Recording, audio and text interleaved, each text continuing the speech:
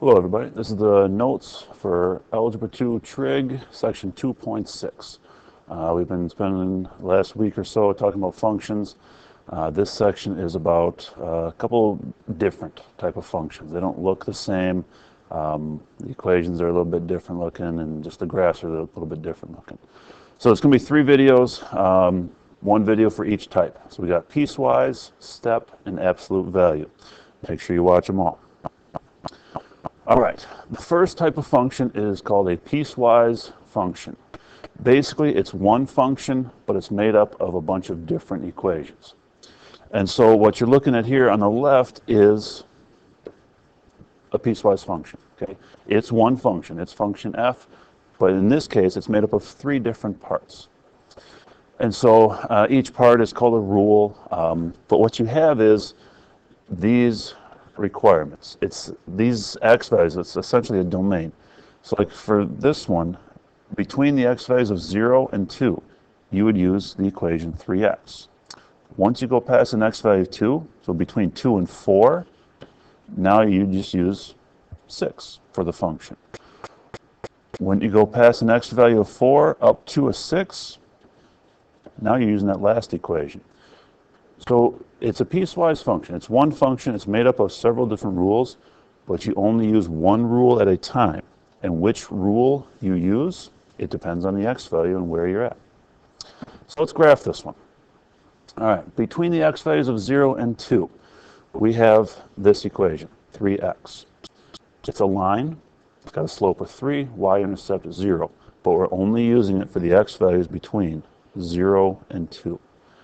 Okay, so y-intercept of 0 starts right here. It's got a slope of 3. So we're going to go rise 3, up 1, rise 3, over 1. Okay, this is our graph between 0 and 2. Between the x values of 0 and 2, we have this, 3x. Now, we're going up to 2 and including it. So we're at 6 for the y value. Once we go past this x value of 2, somewhere between 2 and 4, our graph is 6.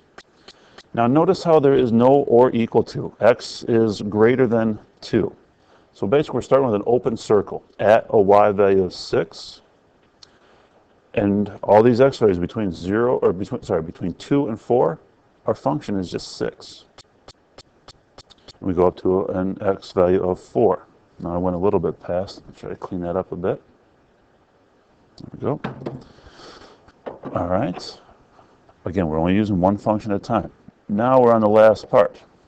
For the x values between 4 and 6, we have this line.